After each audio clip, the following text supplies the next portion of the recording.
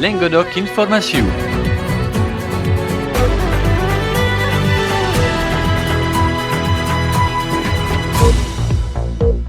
Adicias, nous sommes le vendredi 28 janvier, es le divendres 28 de gener, et baki los títols.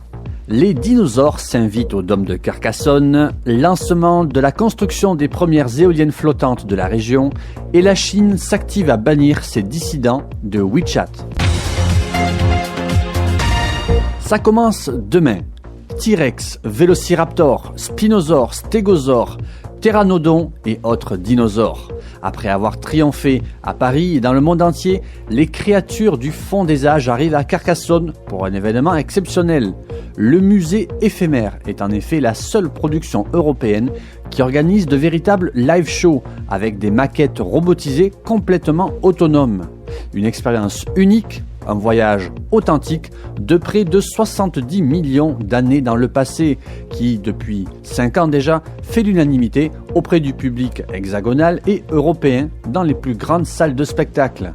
L'exposition de dinosaures a donc lieu ce samedi 29 et ce dimanche 30 janvier de 10h à 18h au centre des congrès Le Dôme à Carcassonne.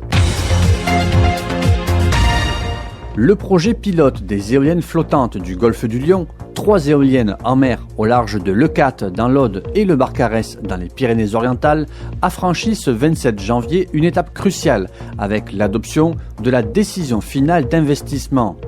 Désormais, la construction de cet ensemble offshore est donc lancée et la mise en service est prévue à la fin de l'année 2023.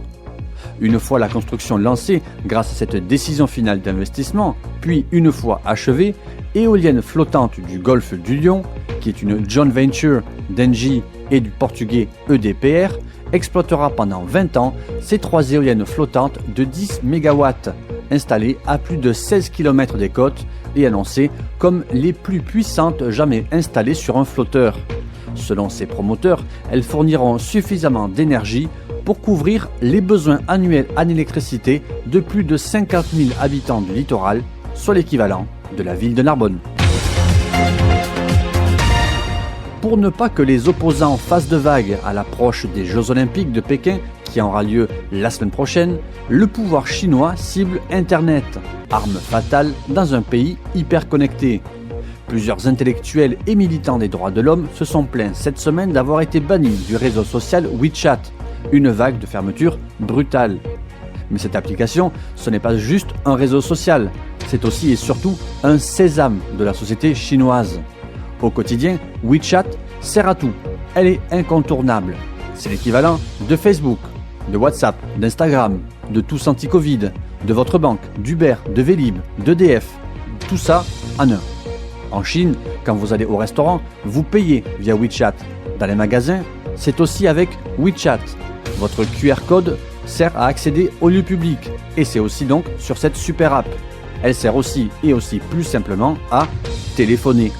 Bannir quelqu'un de WeChat, c'est le tuer socialement.